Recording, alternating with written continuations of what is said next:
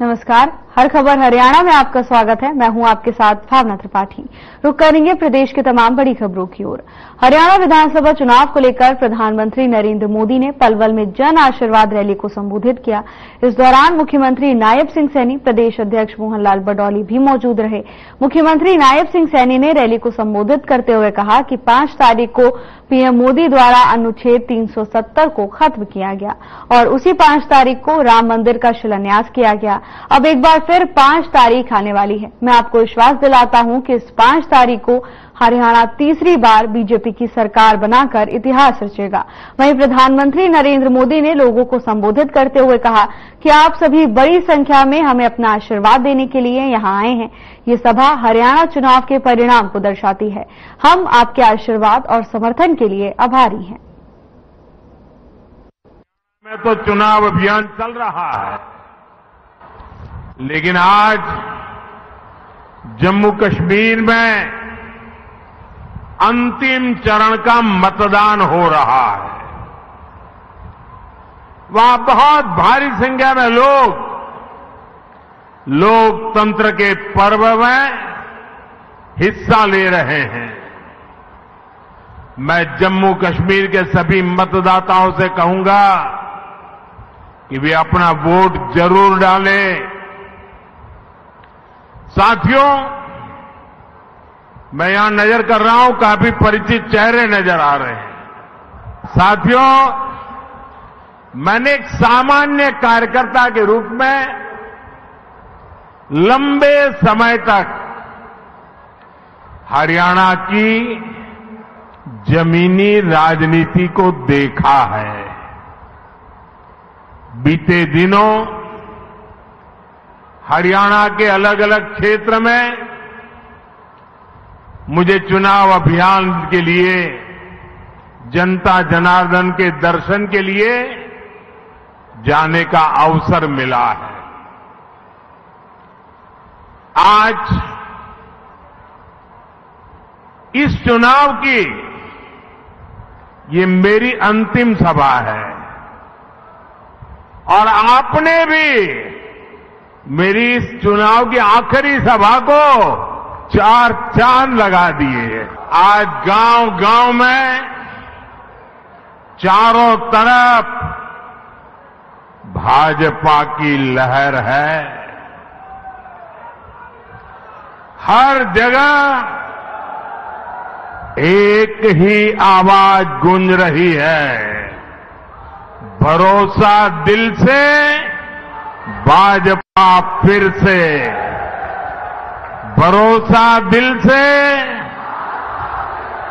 भरोसा दिल से, भरोसा दिल से। हरियाणा का तो ट्रैक रिकॉर्ड रहा है। केंद्र सरकार में, दिल्ली में जिसकी सरकार रहती है, हरियाणा वहीं रहता है।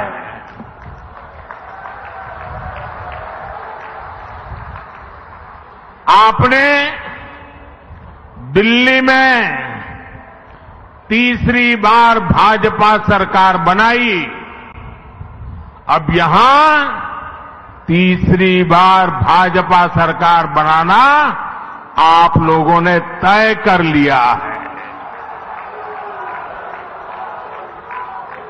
साथियों, हरियाणा की इस धरती ने हमें गीता का संदेश दिया है। हरियाणा ने हमें सिखाया है, काम करो, मेहनत से काम करो। लेकिन कांग्रेस का फॉर्मूला है, न काम करो और न दूसरों को काम करने दो।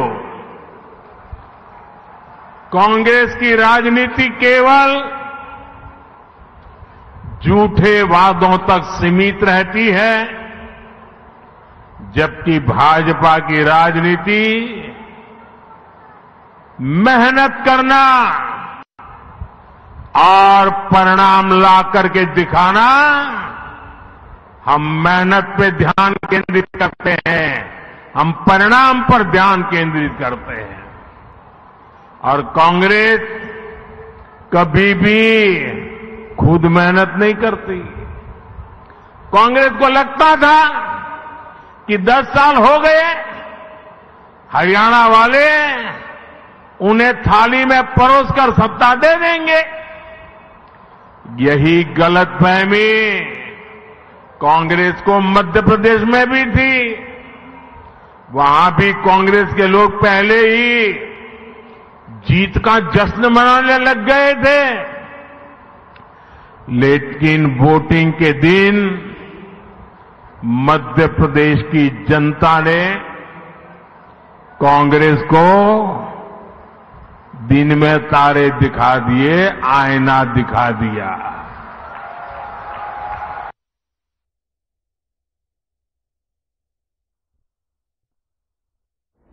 हरियाणा के सीएम नायब सिंह का बयान सामने आया, जिसमें उन्होंने कहा कि हमारी सरकार एक परिवार को 15 लाख रुपए का अधिकार देगी। हम हरियाणा में 2 लाख युवाओं को बिना किसी आवेदन शुल्क के रोजगार देने के लिए भी प्रतिबद्ध हैं।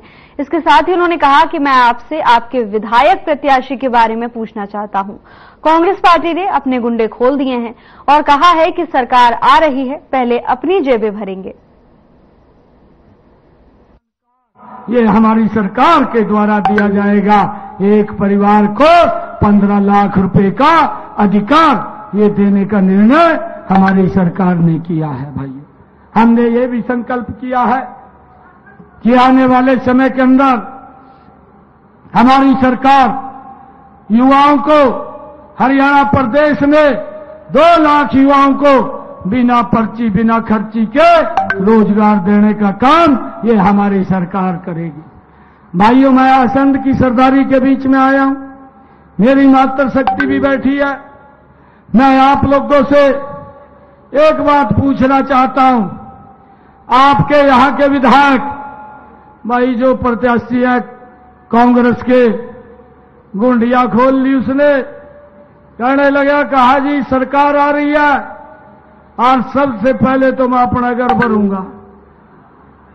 आपके ध्यान में है क्या कांग्रेस की नीति ठीक है? मैं पूछना चाहता हूं, ये ठीक नहीं है ना?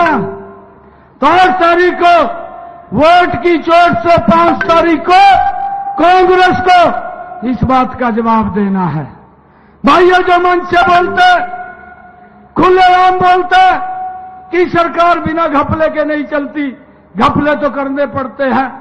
भाइयों, जो ये बात बोलता है जो मेरे नजदीक है फिर उनका घर भरूंगा, अरे जनता कहां जाएगी?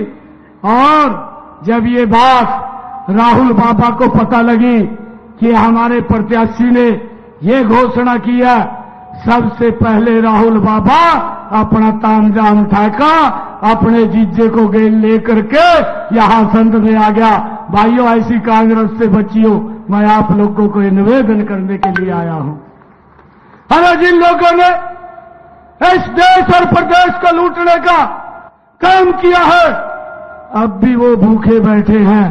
अब भी उनकी जो सोच है वो सामने आई है कि 8 तारीख के बाद हरियाणा को नोचने का काम करेंगे। क्या आप लोग नोचने देंगे? मैं आप लोगों से पूछना चाहता हूं। अरे जोरदार हाथ खड़े करके बताइए, क्या कांग्रेस को नोचने देंगे? ऐसे लोगों को बाहर का रास्ता दिखाने का काम आप लोग करेंगे और यहां से कमल का फूल खिला करके असंध के विकास में एक गति से काम करने का कार्य हमारे योगेंद्र और डबल इंजन की सरकार यहां पर करेगी। इसके लिए हमने काम करना है। भाइयों, हुड्डा साहब बोलते रहते हैं, हिसाब मांगते रहते हैं, कहा हिसाब दो। मैंने उससे एक दिन पूछ लिए, मैंने कुछ क्वेश्चन पूछे। मैं कहा हुड्डा साहब आप 10 वर्ष मुख्यमंत्री रहे, मैं भी आपसे कुछ क्वेश्चन पूछना चाहता हूं। 4 महीने हो गए, एक भी क्वेश्चन का उत्तर हुड्डा साहब ने नहीं दिया।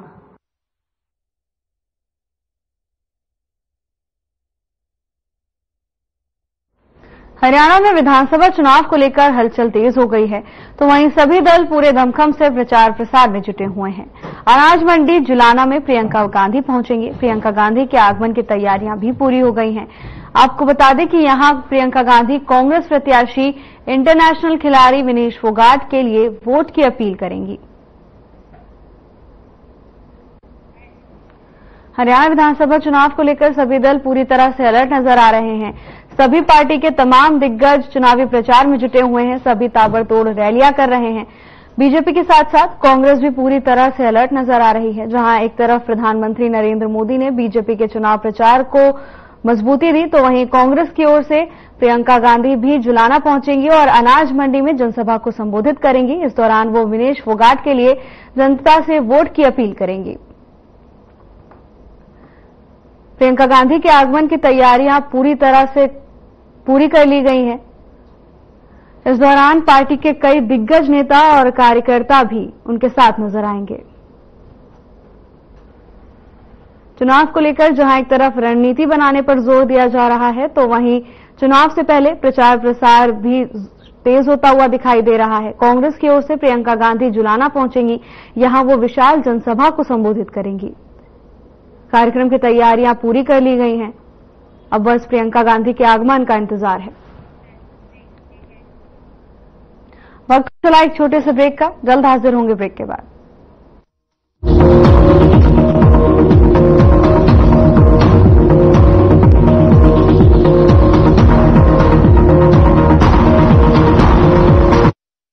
और बता, किसा है ससुराल तेरा? सब चोखा है माँ। मैंने छोटी दौरे सुबह तक कितने फोन करे, पर ये जिबे काट दे थी। ओहो, नींद में थी, गलत बटन भी दब जाया करे कदे कदे। सुन ले राजकुमारी, 5 तारीख ने नींद में गलत बटन ना दबा दिए। ना ना, बटन तो बीजेपी का ही दबेगा। पूछो क्यों? अरे जिसने तेरे ब्याह के पीछे दिए, वो तने कॉलेज में जाने में स्कूटर भी देंगे, है ना? भरोसा से माँ। कमल का बटन दबाओ, बीजेपी को जिताओ।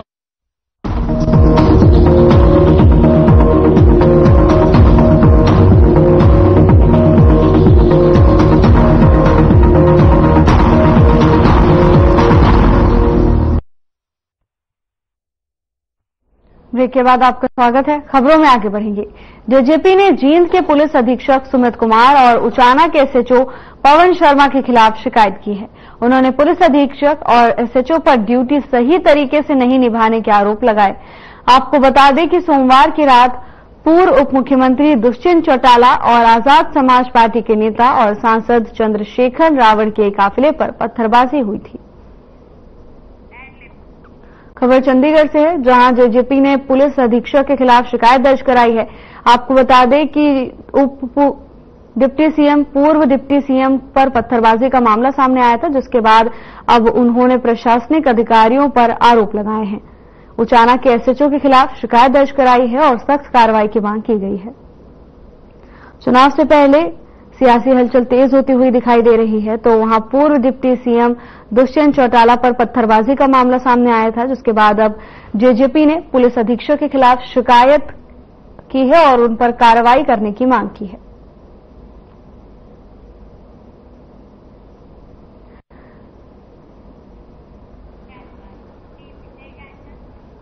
चरखी दादरी जिले में विधानसभा चुनाव को शांतिपूर्वक संपन्न करवाने के लिए पुलिस प्रशासन द्वारा व्यापक प्रबंध किए गए हैं।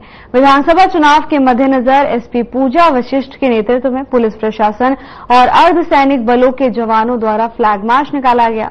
फ्लैग मार्च चरखी दादरी महिला थाने से शुरू हुआ, जो शहर के मुख्य बाजार से होते हुए संपन्न हुआ। इस दौरान एसपी पूजा वशिष्ठ ने जानकारी देते हुए बताया कि विधानसभा चुनाव को शांतिपूर्वक संपन्न करवाने के लिए पुलिस प्रशासन द्वारा सभी तैयारियां की गई हैं।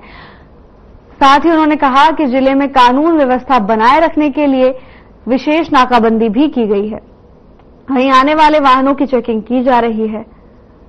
एसपी पूजा वशिष्ठ ने कहा कि मतदाता पूरी निडरता के साथ अपने विवेक और स्वतंत्र रूप मताधिकार का प्रयोग करें। लोकतंत्र की मजबूती के लिए मतदान बहुत जरूरी है।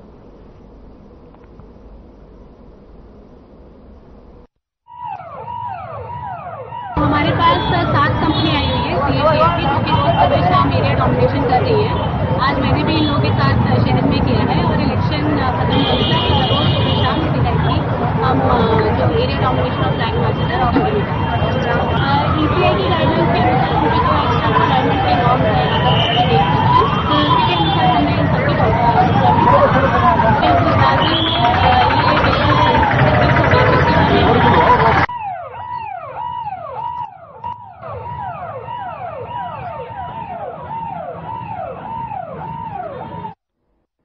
वक्त हो चला एक छोटे से ब्रेक का। जल्द हाजिर होंगे ब्रेक के बाद।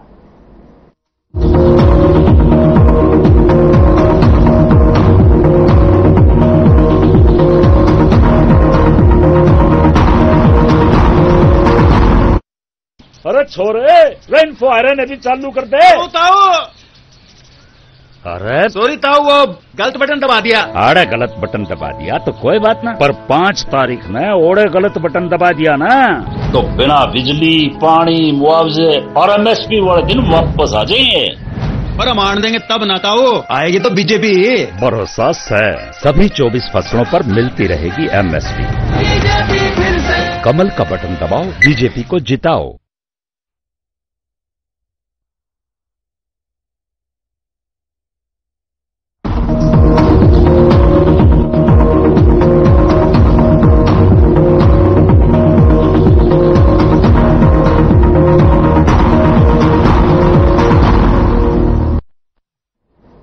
ब्रेक के बाद आपका स्वागत है। खबरों में आगे बढ़ेंगे। गांव झोझू कला में इनेलो बसपा गठबंधन की रैली का आयोजन किया गया। इनेलो नेता अभय सिंह चौटाला ने रैली को संबोधित किया। रैली में संबोधित करते हुए इनेलो नेता अभय सिंह चौटाला ने कहा कि इनेलो बसपा गठबंधन चौधरी देवीलाल और कांशीराम की विचारधारा को साथ लेकर आगे बढ़ रहा है। उन्होंने कहा कि बीजेपी सरकार की जन विरोधी नीतियों से प्रदेश की जनता परेशान हो चुकी है और प्रदेश की जनता सत्ता परिवर्तन चाहती है। इसके साथ ही उन्होंने दावा करते हुए कहा कि इनेलो बसपा गठबंधन की प्रदेश में सरकार बनेगी। उन्होंने आगे कहा कि पूर्व मुख्यमंत्री भूपेंद्र सिंह हुड्डा ने षड्यंत्र के तहत चौधरी ओम प्रकाश चौटाला को जेल में बंद करने का काम किया।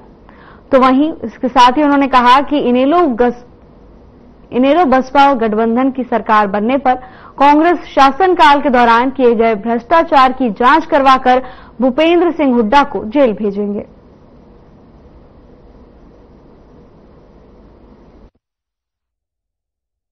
अभी मैं बहादुरगढ़ से आ रहा हूँ।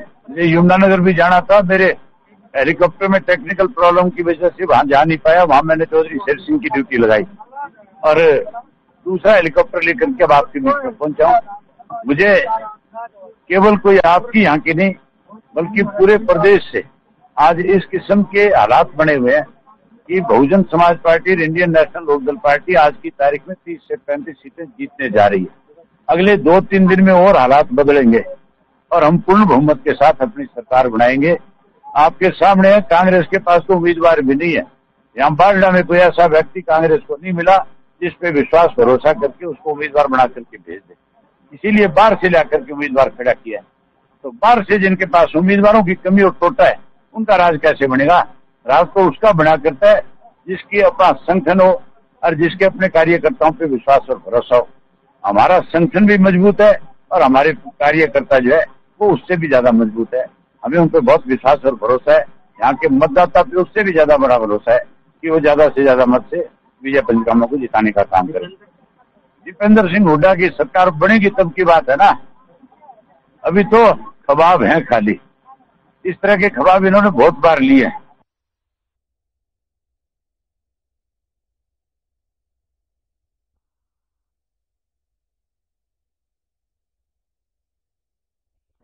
एक छोटे से ब्रेक के लिए रुकेंगे। जल्द हाजिर होंगे ब्रेक के बाद।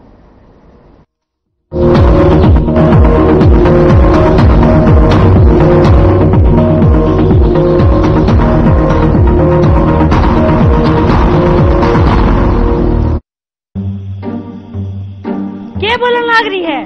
बटन सॉरी जीजी, गलत बटन दाब दिया था। आज तो ठीक से, पर 5 तारीख ने गलत बटन मत दाब दिए ना तो हिमाचल जी साल हो जाएगा। ना जीजी, बटन ते भरोसे का दबेगा। भरोसा से जो गर्भावस्था में 5 दबे है वो सभी महिलाओं ने 2100 भी देगा और 500 रुपया में गैस सिलेंडर भी।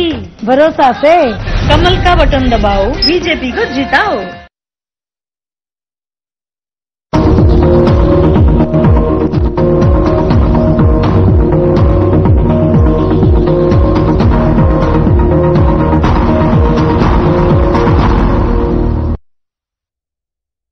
के बाद आपका स्वागत है। खबरों में आगे बढ़ेंगे। कांग्रेस प्रत्याशी विजय प्रताप के समर्थन में निवर्तमान पार्षद जितेंद्र भड़ाना ने विशाल जनसभा का आयोजन किया। इस विशाल जनसभा में हजारों की संख्या में महिलाएं, बुजुर्ग और नौजवानों का जनसैलाब उमड़ा। तो वहीं निवर्तमान पार्षद ने सभी कॉलोनी वासियों और वार्ड वासियों की तरफ से 10 साल के बीजेपी के कार्यकाल का पिटारा खोलते हुए हजारों समस्याओं विजय प्रताप ने लोगों इस वार्ड और कॉलोनी के लोगों के लिए 2 नए पुल देने का काम करेंगे।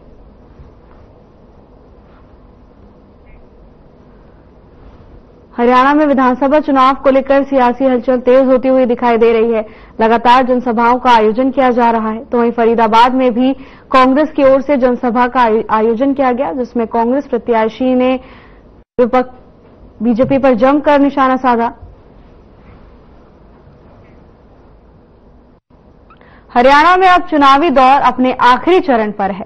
5 अक्टूबर को वोटिंग होनी है और इस आखिरी चरण में सभी प्रत्याशी जी तोड़ मेहनत कर रहे हैं। इस बीच अंबाला में बार एसोसिएशन ने शहर से बीजेपी प्रत्याशी असीम गोयल को समर्थन दिया। असीम गोयल जब बार एसोसिएशन में पहुंचे तो वकीलों ने उनका जोरदार स्वागत किया। अपने संबोधन के दौरान असीम गोयल ने विपक्ष पर जमकर निशाना साधा। इसके साथ ही उनसे जोरदार सवाल भी किए कि चौधरी निर्मल सिंह आखिर कैंट में अपनी बेटी का समर्थन करेंगे या फिर कांग्रेस का। इस दौरान असीम गोयल ने कहा कि जिस तरह चुनावी कैंपेन आगे बढ़ रहा है, हर दिन हर घंटे एक नई ऊर्जा के साथ काम हो रहा है। एक नया जोशमयी ऊर्जा, नया आशीर्वाद लोगों से मिल रहे हैं। निश्चित रूप से पूरे हरियाणा का चुनाव जो है परवट ले चुका है। हरियाणा की स्वाभिमानी जनता तीसरी बार मोदी जी के साथ चलने को तैयार है और पूरे हरियाणा के अंदर भारतीय जनता पार्टी की सरकार आ रही है।